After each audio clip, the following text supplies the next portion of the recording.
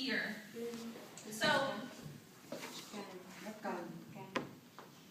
really, it's okay, don't worry. Really, this list that we're looking at are verbs that are confusing when you're choosing your gerund or infinitive.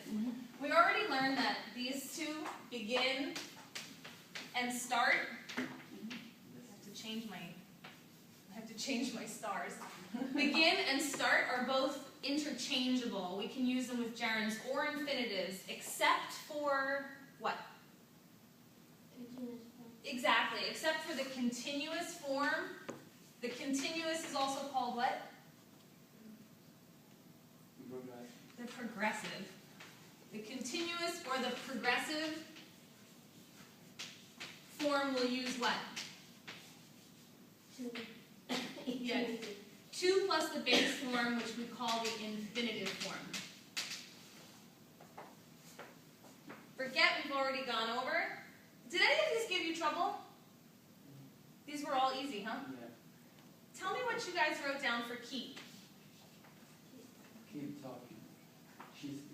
Go ahead, give me a whole sentence. She keeps talking. She keeps talking and talking. Is that about me? What? How can we say that in the infinitive form? She keeps talking. Does that sound right?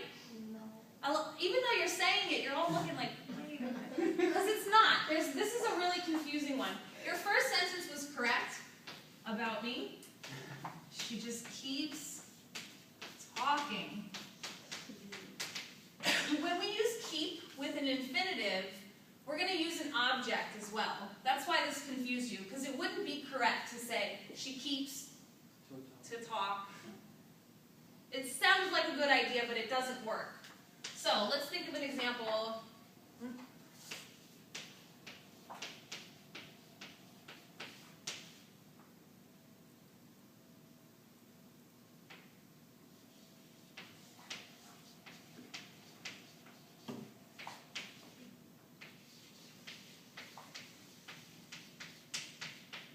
Ooh, this is long.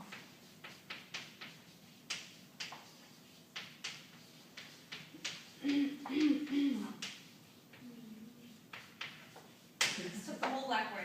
She keeps, same verb, right? With an object. She keeps her money to go shopping at the end of each month. So, instead of spending her money, she's saving it, right? The verb is the same. This is here, her money, that's what she keeps. And this, in this case, the infinitive looks a lot like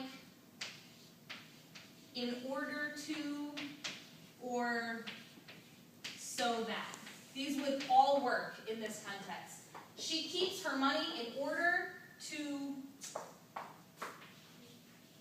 go shopping at the end of each month. Or she keeps her money so that she can go shopping at the end of each month. Does that make sense?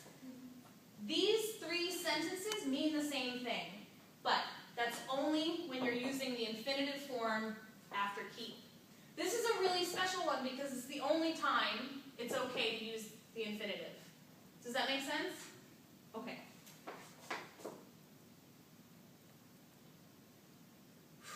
Let's do regret. This is another, let's keep the hard ones together.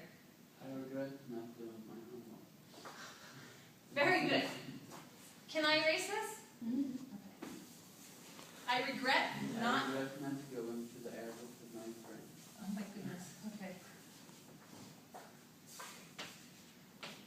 I regret